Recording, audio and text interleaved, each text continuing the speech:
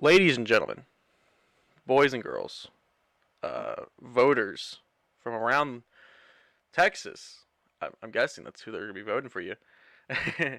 We have possibly a very important guest today.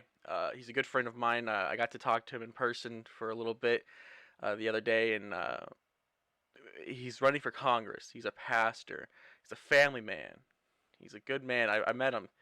We have pastor and Congress candidate Patrick Moses here with us in Trench Up Alive. Pastor, go ahead and introduce yourself. Tell us who you are. Hey, thanks so much, my good friend Trent, for allowing me to uh, visit with you and your, I know, outstanding audience. Oh yeah. And before, permit me, before I introduce myself, I want to tell you, I'm really excited about doing this. Yeah. Before I made public that I wanted to run for office, I talked to a number of young people Mm. that spoke between ages of 18 and 25. And I said to them, can someone figure out how I can do a podcast, a listening session to find out what young people want in a politician? Yeah. And so now I finally get a chance to do that. So thank you for that. Oh yeah. Yes, I am. Some call me Reverend, some call me Pastor. My mom and grandmother call me Pat. I am Patrick Moses. I am the husband of Rhonda Moses, Mm. and we have a son, a daughter-in-law, and two granddaughters. Our son, a business analyst and a law student over at UNT. Daughter-in-law is a counselor, and ninth grade granddaughter, and a second grade, third grade, third grade granddaughter. Wow. My wife is a medical social worker, Mm. and I have spent 31 years in the Department of Homeland Security. Well, prior, once it got started in 2003, of course. So I ended my federal career after 31 years. And for the last 16 years, I've been in the pastoral ministry, and the last four, going on five now, I pastored a church in Fort Worth, First Missionary Baptist Church. Interesting. So that's who I am, and must tell you, uh, while I am here and sitting here in Mansfield, where I have lived for the last 19 years. Wow. I tell you, my story did not start here. My story started in a three-room shotgun house in Natchitoches, Louisiana, and I was delivered by a midwife.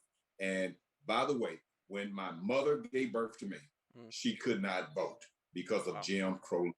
So I am running because of that, Wow. and so other injustices that affect so many of us. So that's who I am. Wow. It's interesting because you're a pastor, and I've interviewed a lot of priests on my show, and one thing is that I'm guessing you're Baptist. Is that correct? I am. Baptist. Yes. I'm Anglican. I'm just letting you Okay. know. I'm also a very religious person. Uh, Okay. I'm actually an ordained minister. I'll even tell you that. I got the card and everything, so I can marry people if I want. But it's very interesting to have you on the show. My good friend Ed Gray introduced us. I was Yeah. helping him over at his show, and me and you got to talking. And usually, I try not to interview you with his guest, but there's something Mhm. in you that it sparked, and I was like, I like that guy. You know, uh, one is that you're very passionate about the youth, as you said in the beginning, Yeah. Yeah. and my thing is, my first question I always ask politicians or people who are running is, how are you going to attract the young voter? Because Mhm. if you look at statistics right now, young people aren't voting. Right. They Right. are. It's a problem, you know, and that's what I'm doing on my show is introducing people, young people, to these candidates who I think are really good people. And So what's your plan with the young people? How are you attracting them to come to you? Let me tell you this. Throughout my ministry, Mm. and indeed throughout my life, I've really been engaged in working and getting to know and listening and getting on the level of young people. I think that is very, very important. And a powerful lesson I learned in this process, because too often politicians seem to turn a deaf ear to young people. And it seems somewhat superficial that you're really not interested in us. You really just want our vote. And so we tend to not necessarily cater, but just pretend as though we are interested. And I want to be intentional. And I learned a very powerful lesson on Sunday. We did in the Black church. I'm from the Black Baptist church tradition, and because so many of us believe that voting, the very thought of voting, is indeed a nonviolent resistance to oppressive powers. And so we engaged on Sunday in what's called Souls to the Polls. And a young voter, an 18-year-old, first-time person who ever voted, went with us to the polls on Sunday. And the lesson I learned is that we do not really engage young people and provide them with the education that they need to ensure, as my friends like to say, woke, to make sure that they are woke. And so when the young person walked into the booth, she was unaware, other than her pastor, who all were on the ballot. Yep. And that said to me is that we're not doing a. Nope. Cut it out right there.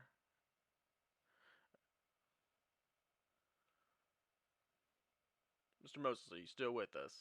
It looks like you cut out on my screen.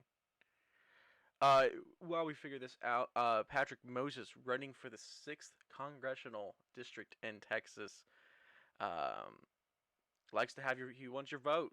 People were having on the show to tell him about himself to you guys, and hope he's really inspired. There he is. Wait. There you are. Okay. There we go.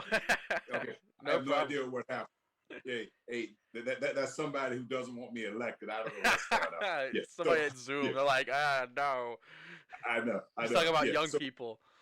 That's right. So I want to engage young people and have them part of, as I was trying in the introductory, and that is to have listening sessions with young people to find out what they want. And Trent, I met with some young college students on Monday night at University of Texas at Arlington. And the same question you asked me was the exact same question those college students asked me. How do you engage? And I want to use the word intentionally. Do it on purpose. And not just when it's time to run, but all the time. Have town halls, podcasts like this, and find, like, had I known your podcast was available, I would have knocked on your door before you invited me, because I think it's important. Oh, yeah. And that's how we educate young people and ensure that they're a part of the political process. Yes. And not just during an election, but every day. Oh, and by the way, and then hold me accountable. Hold me accountable to make sure that I'm speaking to the issues that would affect our future generation. Yes. So on the lines of you running, we're living during a pandemic. COVID-19 has been, quote unquote, hell on earth right now, And what is your plan for small businesses? They have suffered the most out of this pandemic, from closing down to laying off a bunch of employees. So what's your plan for the small businesses side of things during this pandemic if you're elected? Well, I would tell you that the economy, repairing our economy, is indeed one of my primary priorities, and prioritizing issues that affect small businesses. I would consider your show as a small business. But so figuring out what and do it in such a collaborative way, pull together those who understand the issues of small business. I would suggest that a number of small businesses are not aware of some of the technical assistance that's available through the United States Small Business Administration. Because I had spent time chairing what's called the Dallas-Fort Worth Federal Executive Board, I discovered that the more people of diverse perspectives and viewpoints come together, sit down and talk, then we could stimulate our economy by ensuring that small businesses get a chance to move forward. you remember during the first stimulus plan that many of the big businesses got the relief to ensure that they could become sustainable, and small businesses were ignored. So I would partner with our current administration to make sure that the small businesses in this area, indeed throughout the United States, have the priority, have the kind of opportunities to make sure that they are sustainable. As you know, small businesses really represent the heart of our economy, and making sure that they get what's moving forward. And you've heard the president issued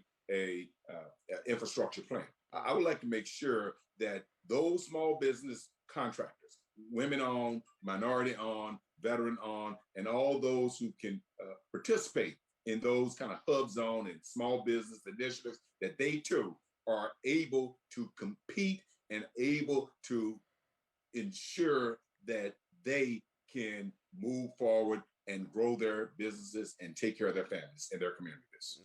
So I want to introduce myself more to you.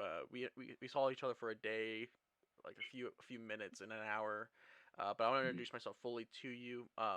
So in the politics world, you know, I'm 20 years old. I my Mhm. this election that we just had for Biden versus Trump was my very first election voting for president. Mhm. Mhm. And for me, this is what I'm about to say turns people off from me. This is what gets them mad is I'm more moderate leaning right, right? Mhm. I didn't vote for Trump. I didn't vote for Biden Mhm. either. I Mhm. tend to vote for a candidate who I think is more capable of running a country. And Mhm. during that election, I was really attracted to Andrew Yang. I don't know if you know about him. He was a I Democrat. know. I know Anthony. Yeah, and when I tell people that, they're like, "Triton, I thought you were a Republican and you like a Democrat."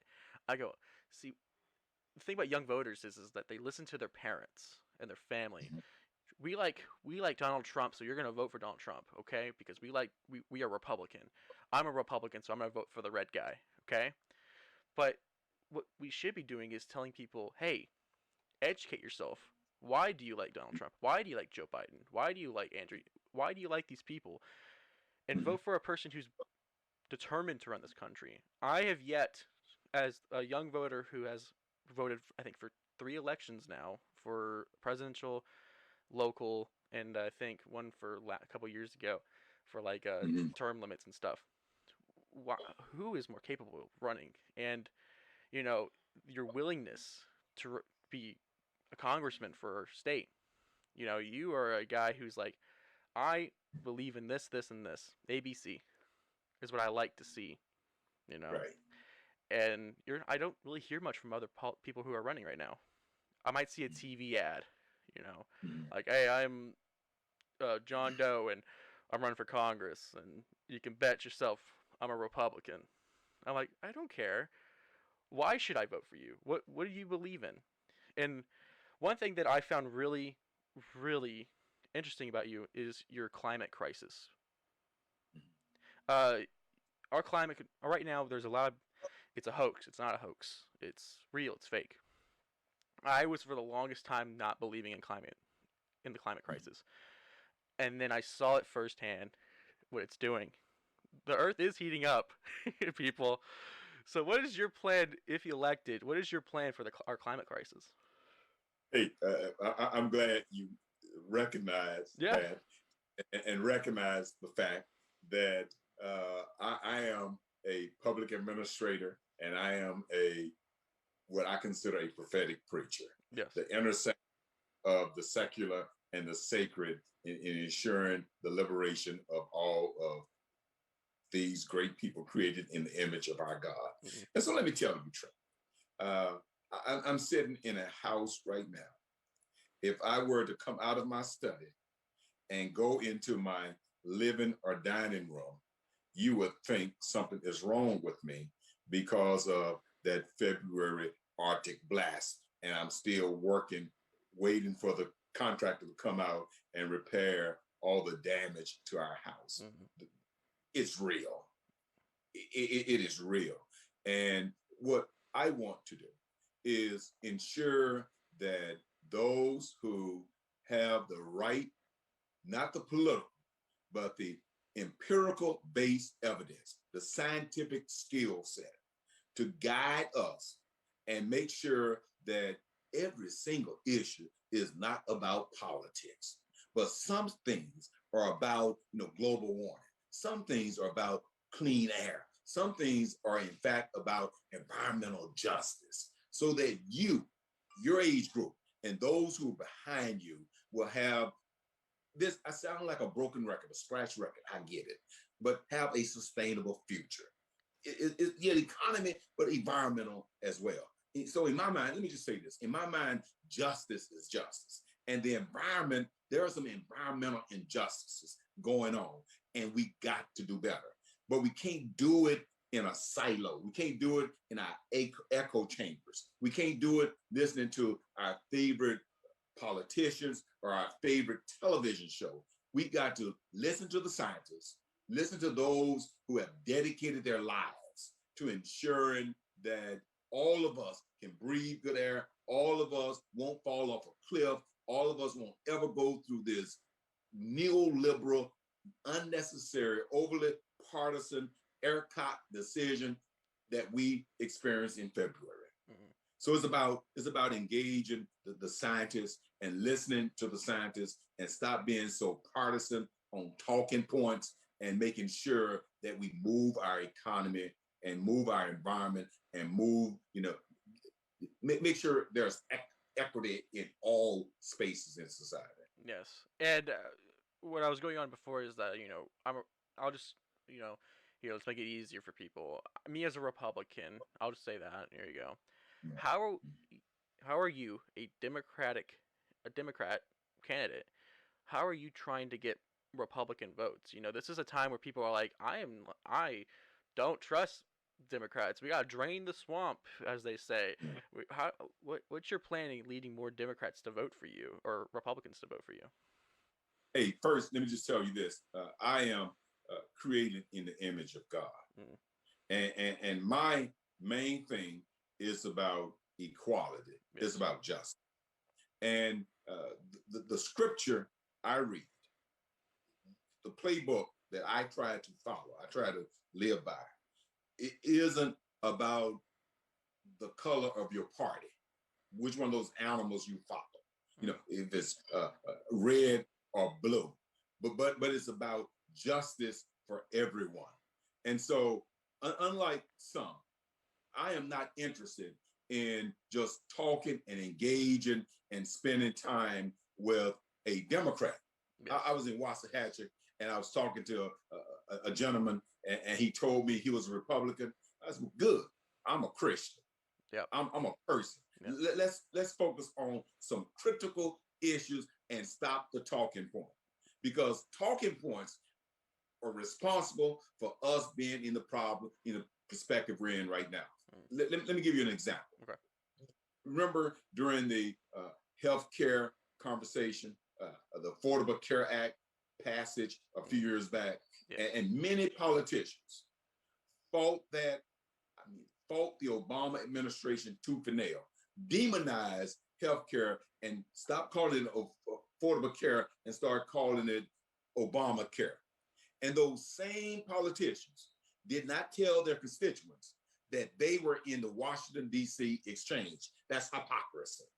So I believe that we ought to speak truth to power and call issues and work on issues and get back to the Ronald Reagan and Tip O'Neill days, a Republican president and a Speaker of the House Democrat, and fight over issues, but remain in relationship with each other. Yes. That's causing so much of our problems right now, that we don't see the humanity. Yes. Most of the issues we are addressing are about humanity. They're not about if you're a Democrat or if you are a Republican.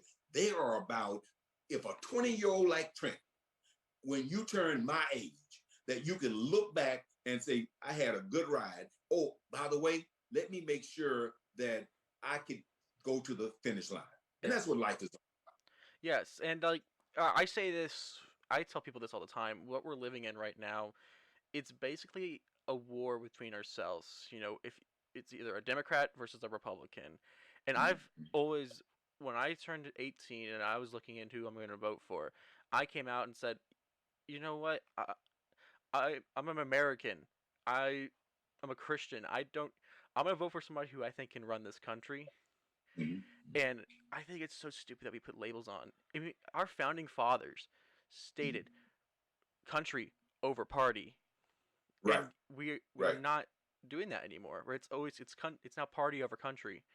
You know, Mhm. it's like I'm Joe Biden and you should vote for me because I'm the blue team, and then you Right. got I'm John Doe and I'm running for the red team. You know, it's not that anymore. It's hey, I had these ideas. Let me tell you my ideas for America. You know, Mhm. and that's Well, I wish people would do that more.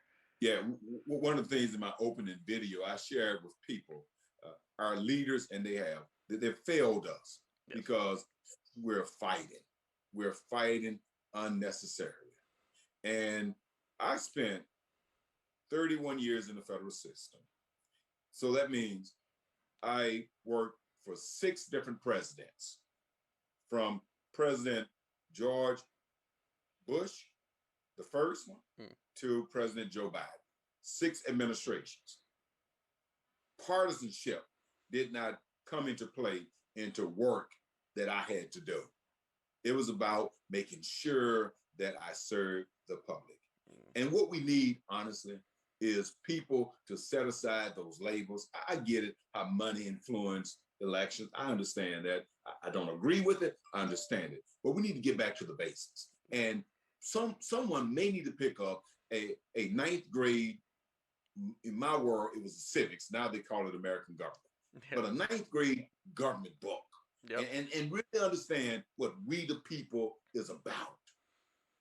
Yeah, we understand. It's really at the end. It's about coalitions. It's about consensus. It's about identifying issues to make sure that the what we call a democratic representation, a representative government, can continue to function, and that we are that shiny city on the hill, if you will, the beloved community. Yes. So I want to talk about your family, your wife. I didn't catch her name again. What was her name again? Rhonda, Rhonda. How long you guys been married for? we've been married for 25 years. Wow. Yes, Congratulations. thank you. Um, what? How did you guys meet? Let's talk about that. Uh, Let's talk about you your really want to story. know? I do want to You, know. yeah, you really want to know? Let's All right, humanize you, so man. yeah, so when I first moved to Texas Mhm. in what was called a presidential management intern position with the General Service Administration, so I in my world, I come from a family. My grandmother did not have formal education. She was born 1892, but she taught us to embrace everybody. Mm. And so I had the occasion of raising 2 sons, 2 nephews, and I raised them as my sons, to be honest. And one is now retired from the military. The other one died of cancer in his first year of college. And so when they were in the ninth grade, they forced me to go to a church with them, one of their high school friends. And so we got engaged, got to that church and stayed there. And then I ended up becoming later at another church. I became after serving as a youth teacher, I become a new member orientation teacher. And this couple that was co-teaching with me told me they wanted me to meet their daughter. And I met their daughter at church. Wow. And that's how I ended up marrying my wife, Rhonda, was Wow. through my nephews convincing me to go to church and then getting engaged in church. And I met my bride. Wow. Look at that. So, Yeah. what's her opinion of you running right now? What is she all for it? Oh, yeah, she's excited. As a matter of fact, I tell you how she had no idea when I left home one day that one, I was retiring, Oh wow. and two, I was running for office. Wow. And so I had a little talk with my waymaker, Yeah. my God, and had experienced all that I have experienced over the last year. I would tell you, the final year of my work in the federal service, by all estimation, was my worst year because I had, as a leader, I was responsible for 23 states across the United States and responsible for all federal facilities in Atlanta, Chicago, this regions, Dallas, Fort Worth, and Kansas City. And so, because of what happened in Minneapolis, the killing of George Floyd, we had to deploy people across the country and then over to Portland, and was listening to all that political rhetoric, including Black Lives Matter marches downtown Fort Worth. I was listening to all the rhetoric of the administration. Leadership matters, all right? I was listening to all that rhetoric and knowing that I had to deploy our people because young people in your generation were on the streets saying Black Lives Matter. And it was not just Black children, it was brown and white and other children, Asian and others, speaking, calling out for justice and the end of systemic racism and structural oppression across this country. Yes. And then I noticed how we had to deploy people to protect statues. And then I was sitting in my office on January 6th with no intention of retiring and no intention of running for office. And I witnessed how the administration did not respond. And yes, we had the intel. How do I know? Because I once served as a regional director in Washington, D.C., and I know we share information. And so I noticed the difference, how when people who did not look like me were protesting, and yet they turned into rioters to stop the righteous counting of the electoral votes. Regardless if you voted or not, we are a democratic country. We believe in democratic representation. And so the Electoral College, according to our law, deemed that that was the period, January 6th, was a time for people to come and count the votes, the electoral votes. Oh, and by the way, from a religious perspective, that was the 12th day after the birth of Christ, Epiphany, for our Roman Catholic friends. And so when I saw that, and I saw the hypocrisy, and no one is willing to speak out about righteousness and justice, I had enough. And when I discovered that the seat was open, and I didn't see any person that I thought was less partisan and more concerned with country, more concerned with our economy, more concerned with our infrastructure, more concerned with our national security. Listen, this area, 8.7% people live in poverty. That's 70,215 people. And so I like, wait a minute, time out. You got to learn to stop just speaking theoretically from a pulpit and put some skin in the game. Theory and practice, they must meet on the intersection of survival and moving forward. And so I prayed, I remembered that script in Isaiah chapter 6. The Lord said, in the midst of all that the children of Israel were going through, whom shall I send? And Isaiah said, here I am, send me. I prayed, I called my wife and told her what I was doing, and I sent a note to Washington, and I'm see you later. What are you doing? See you later. And I started working on this campaign. I like how you And she's part ever since. good. That's great because like a bunch of if you really look into like wives and candidates or husbands in that matter, some of them are like, yeah, all right, because it's a if elected, it's a hard job. You know, Yes. you represent an entire district, and like let's talk Yes. about District 6. It's a very small district. I just looked it Yeah. up recently. It's like compared to all the other ones, it's like a little dot right here. Mm-hmm. And the person who had it, rest his soul, it was Ron Wright. He died of COVID-19 reasons, and it's a terrible death kind of thing to happen. But you know, we need somebody new in there, and I with your vision and after me doing tons of research on you, and the only like the what 3 days that we spoke to each other, I've done tremendous amounts of research on you. I'm gonna do a quick promo, guys. Tomorrow we have another live stream going on. We're having Diana Soleil, who is running for city council in Arlington, Texas. Very excited to have her on. But back to Patrick Moses. So, Hey, Trent. yes, sir. Trent, I don't mean to interrupt you, but I want you to go back and look at that little dot on District 6. Yeah, okay. Because that little dot is misleading. If you look at if you zero in on that little dot, you will notice that that little dot represents all of Ellis County and all of Navarro County, but parts of Mansfield, well, all of the parts of Mansfield and Johnson in Ellis and Tarrant County, Yes. and then Grand Prairie in Dallas County. It kind of like splits off somewhere else right here, you know. It is very gerrymandered. You got Crowley and Fort Worth in it as well. And the sad thing about it is that those various communities do not know that they're a part of the same congressional district. Yeah. That is gerrymandering. That is what's really causing problems with what we consider democracy and what I consider voter suppression. Mm. So let's talk about. You got into it earlier. Let's talk about police. You know, that is a big topic right now in the states, in Texas, in the United States in general.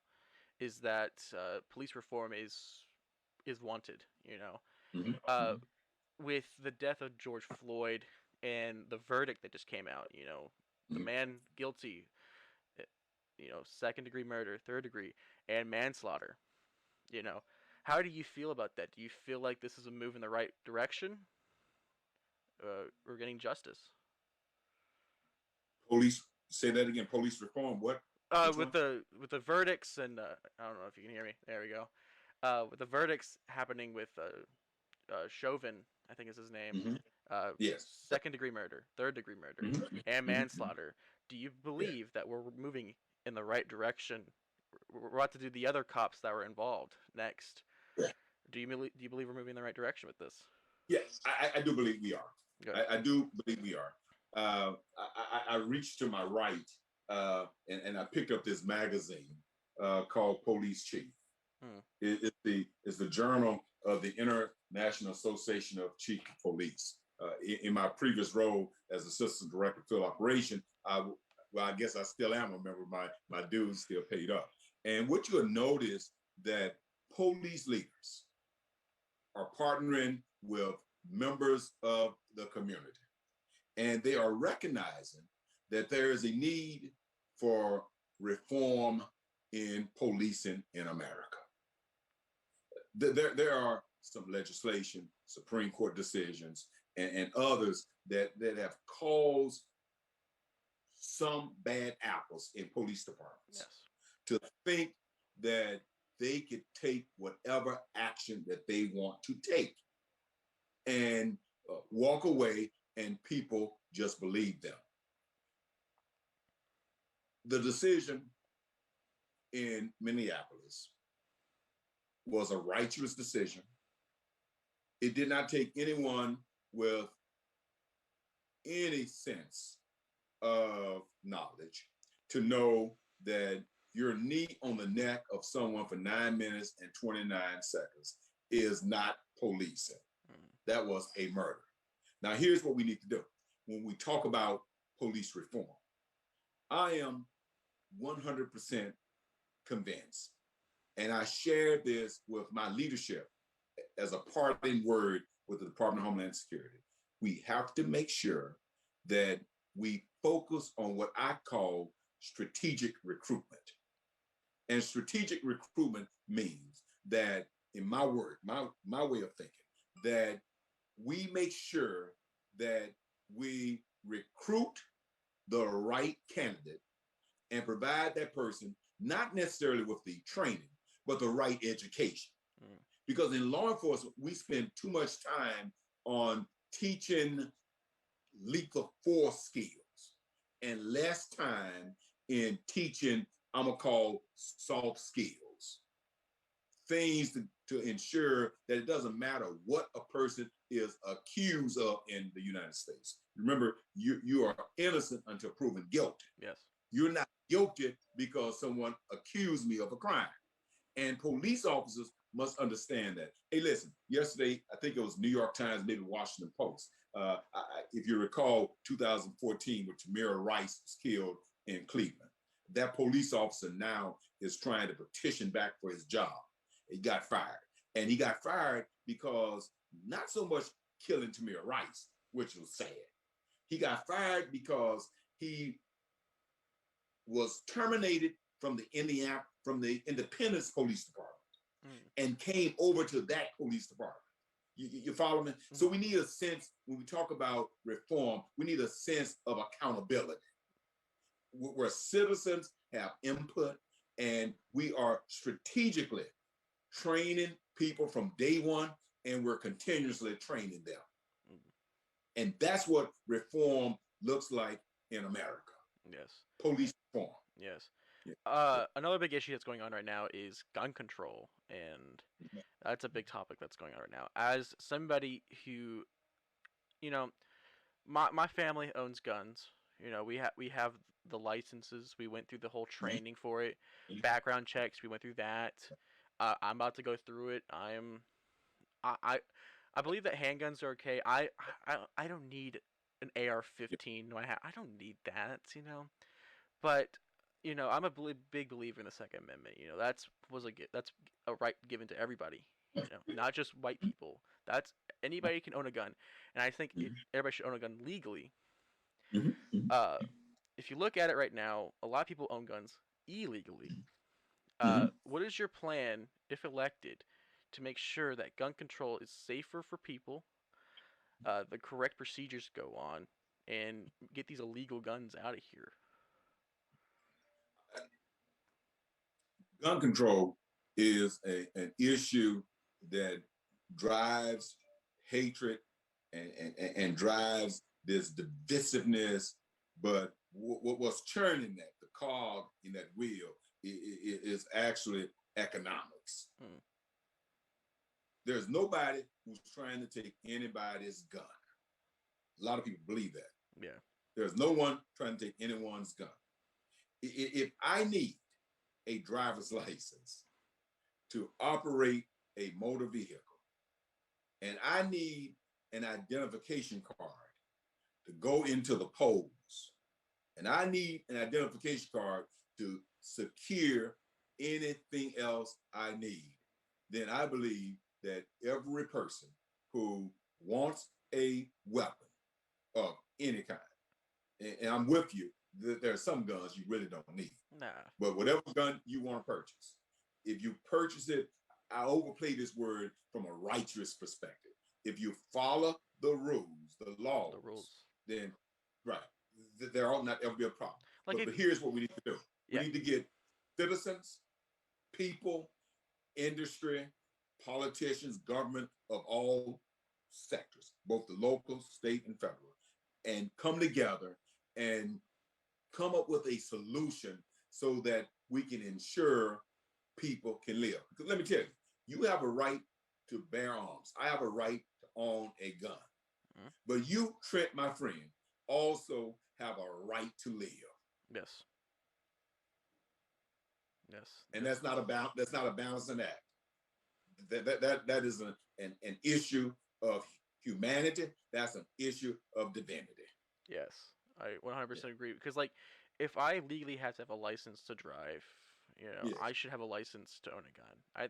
That's Mhm. what I've always been saying. When I Mhm. I've joked about running for president. I was like, I'm too young to run anyway, so I'm like, if I'm president, my first thing is we're gonna make it safer to own a gun. So get your licenses ready. Remember me, all right? Oh, of In 16 course. years, I will be your campaign manager when you Oh, run. right. Uh, So let me tell you this. I'm a huge advocate for education. Mhm. Um, I I'm going to college right now, and I it's online right now, and I'm hating it. Of course, I don't think online's really working. I went through high school now, modern high school, and I've seen what it's like in the halls. I think that politicians now don't know what's going on. You know, they went to high school back in like the what 90s or something when it was a different time where you can drag Yes. race and wear leather jackets. I don't know.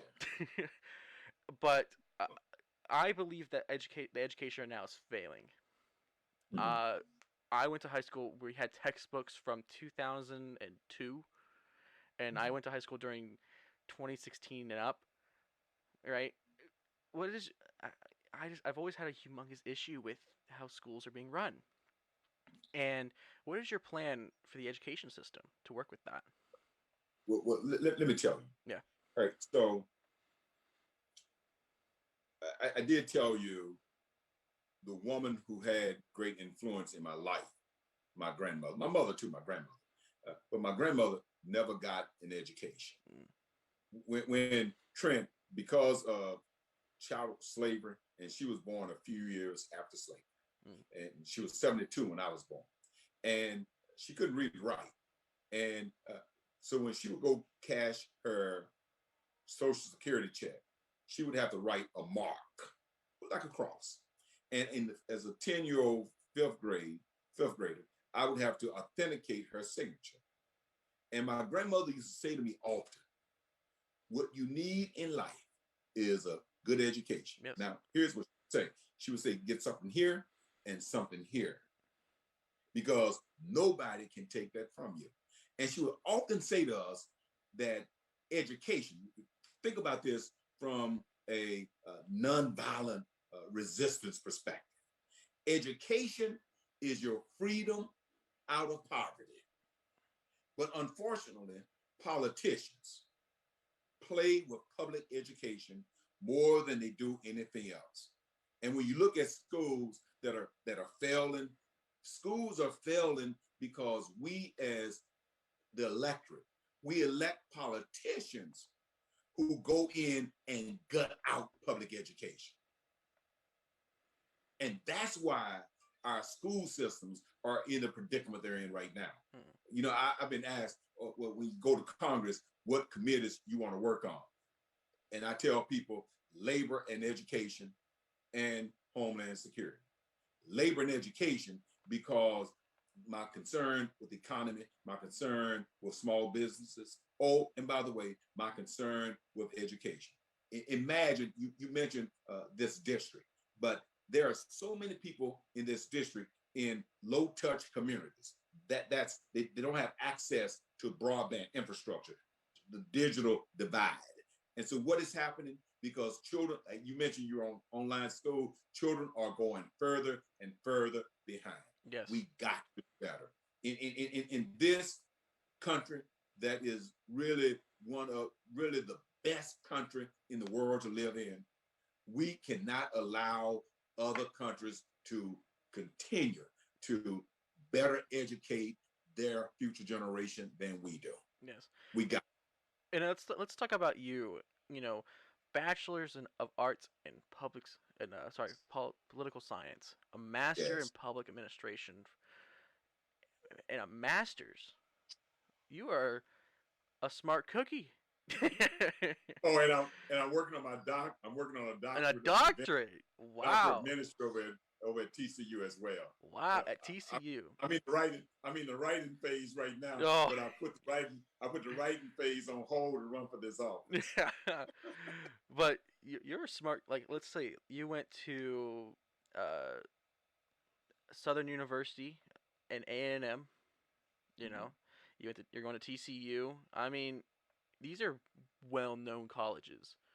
You Mhm. know, it's impressive what you're doing. You're getting a doctorate while running for Congress. You know, I just think that's awesome. I mean, let me know when you get it. We'll have a humongous party. We're like, it's Doctor, Pastor, Congressman, Patrick Moses. But let me tell you, Trent Mm. is not for me. Yeah. It is again, it is for the shoulders that I am standing on. My mother and my grandmother. Yes. 100%.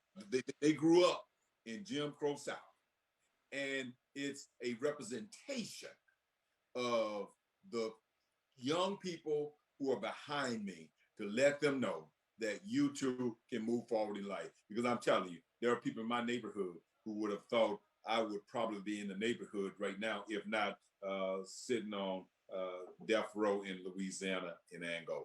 Mm. So I want to ask you a question. I don't know if you answered it earlier, but every priest that I have on the show, I ask them the same question: what got you into priesthood?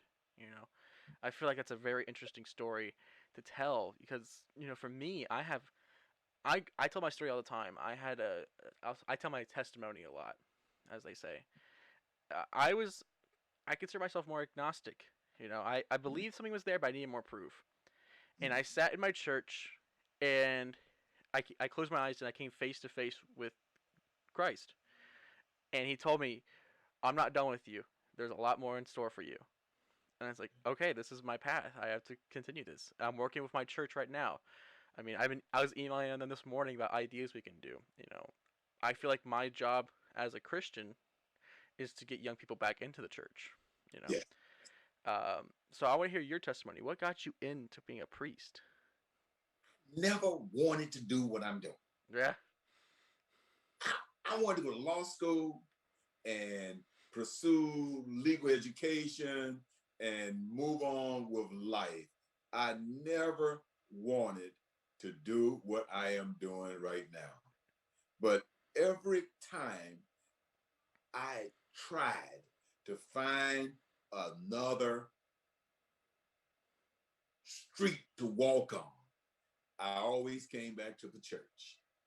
I was as I was fighting and wrestling and debating, like, no, God, I'm not doing it. There's some other folk more qualified.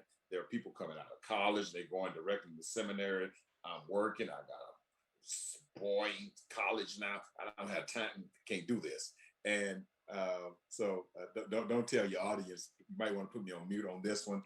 So my wife and I, we went out on an anniversary date, yeah. and went downtown Fort Worth to the Worthington Hotel. They had a restaurant there. And so I got a little wine. My son was a senior in high school, so he was our chauffeur. And so I called myself as going to get tipsy on the drinking. So I just kept pouring wine. I kept pouring the wine, kept pouring it. And I told Rhonda, the Lord has called me to preach. And my excuse that if I have a lot of wine in me, if she laughed, then it was just a drink. Move on with life. And she said, okay. I like, okay, that one didn't work. And so then I applied for a job in Kansas City to get away from the area. And I told God on the plane, all right, Lord, here's the deal. Now I want to play with it. Here's the deal, wrestling with it, Yeah. wrestling. Here's the deal. If I get that job, then you're not calling me into the ministry. If I don't get that job, I hear your voice. And so I didn't get the job. Wow. That one didn't work. That one didn't work. So God, I'm trying you one more time. What I'm going to do, I'm going to drive over to TCU, to Bright Divinity School, and I'm going to walk in the admissions office, and I am going to have a conversation with them. And if those folks give me a whole bunch of pushback that we need your resume application and all of that, you haven't called me. And the folks were so excited that I walked in. Okay, God, here I am, and I've been doing it ever since. Your So story, it's like a all right, God, if they say artichoke yes, during the interview, yes, I will go into priesthood. And they're I like, know, so do you right? like Yeah, artichokes? And you're like, all right. Oh, and so, that's funny. yeah, but I find the pastoral ministry, like you, as a priest, very, very transformative. And there's a fine line between the sacred and the secular, if done correctly. Yes. It's all about lifting up people and seeing the hurts of people. Let's just let's just say seeing oppression and being a part of the solution. Because if you're not part of the solution of lifting people up, and it doesn't matter where you stand, in the words of Professor Mac H. Jones, you are a cog in the wheel of oppression. Mm. And I don't want to be a cog in the wheel of oppression. I want to make sure that whenever I get to the end of whatever journey I am on, that I am still, that someone could say that he did the very best he could to improve the lives of other people. Nothing was more rewarding for me but to walk into that booth, not just a vote for myself, but to know that an 18-year-old who have heard me preach for the last 5 years Yes. about the importance of social justice and the importance of being a part of the process. And then a 39-year-old who voted for the first time on Sunday because he just became a naturalized citizen. Wow. Nothing was more rewarding to me than to see that. See, at some point in life, theory and practice must meet on the intersection of humanity and freedom and liberation. And that's what I'm about.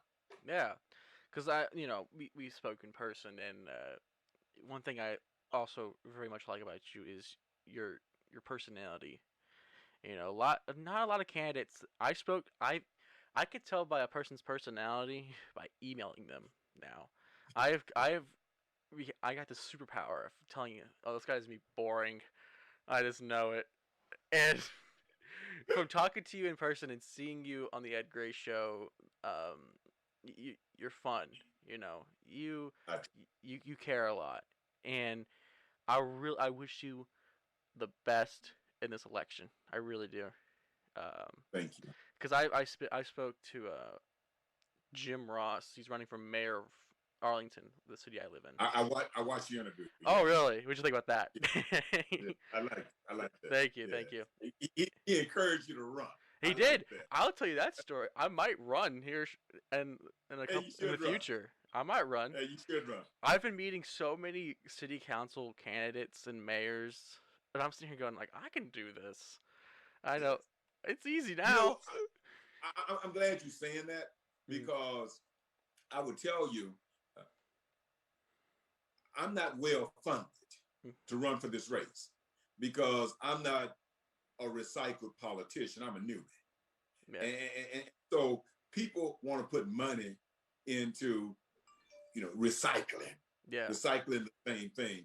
And I am convinced that there's so much apathy because there's no one that's inspiring and motivating people. And at some point, it ought not be about this person. Yes. It ought to be about the people. Yeah. In fact, So, I think he's a congressman or senator in Texas. He's down in Houston. His name's Dan Crenshaw. He's a Republican and Congressman. congressman. Okay, thank you.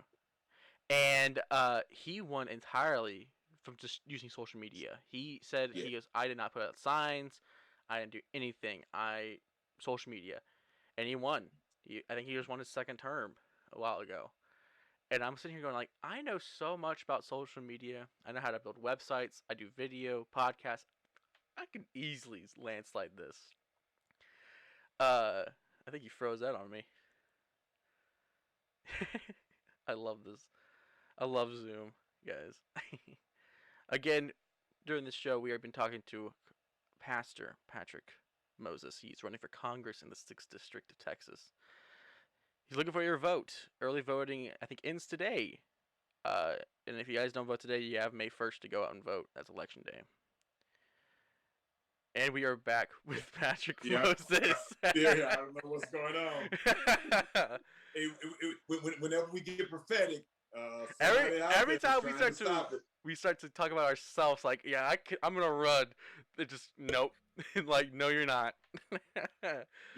But I encourage young people to get in the process. I do too. And I've told so many people that at the end of this experience, whichever way, I'm going to make part of my life ministry political education, Yes. ensuring young people understand the nuances and the importance of serving other people. Yes. Because however you've been fortunate is not for you anyway, but it's about other people. And like the best way to educate yourself also, this is what I'm doing. I'm talking to different people, Right. From the red team and the blue team. I mean, I was sitting here talking to my parents the other day, and I told them, yeah, I got an interview with Patrick Moses, and they're like, oh, okay. And I go, he's a Democrat running for Congress. And they go, a Democrat? And I said, yes, because I want to talk to both sides. I want to see if I relate to, because there's things in both parties I agree with 100%. And then there's things I disagree about both parties. I think everybody does. And the best way to educate yourself is to find a way, meet and greets, I know that coronavirus now is making it hard for people to meet people, Right, but right. like you gotta you gotta take effort and Hmm. educate yourself. And I 100% thank you for coming on my show and educating me about certain issues. Uh, I I always ask questions. That's my thing. Is I gotta ask you questions. Why should I vote for you? Why should these people vote for Right. you? And you did a great job today. Yeah, thank you. Hey, let me tell you this, Okay, Trent. of But again want to thank you for allowing me to come and talk course. to your fan base, your followers. Thank you. But I tell people this all the time. This is my voter registration card, and on this voter registration card, it says that I live in the 6th Congressional District of Texas. I am one of the few candidates who live in the 6th Congressional District. The Constitution talks about we the people, right? Mm. Representative democracy. And so I believe that the people of Texas 6 must elect someone who lives in the district. To do otherwise is voter suppression. Yes. It's no different than the rioters on January 6th that tried to stop the brown votes of Arizona, the black votes of Detroit, the black votes of Atlanta, and the black votes of Philadelphia. We got to do better. And so I'm in this race, as I tell you, thank you once again, Mm. to make sure that we build up our economy, repair our infrastructure, and restore our national security. That's why I'm running Yeah. for no other.